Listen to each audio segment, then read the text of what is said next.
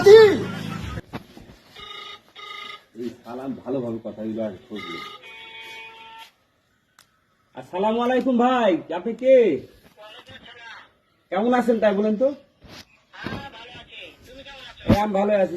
নুজবার ভাই কল পেলেন কে? হ্যাঁ, ওই যে আবার ওই নুজবার ভাইয়ের কাছে। হ্যাঁ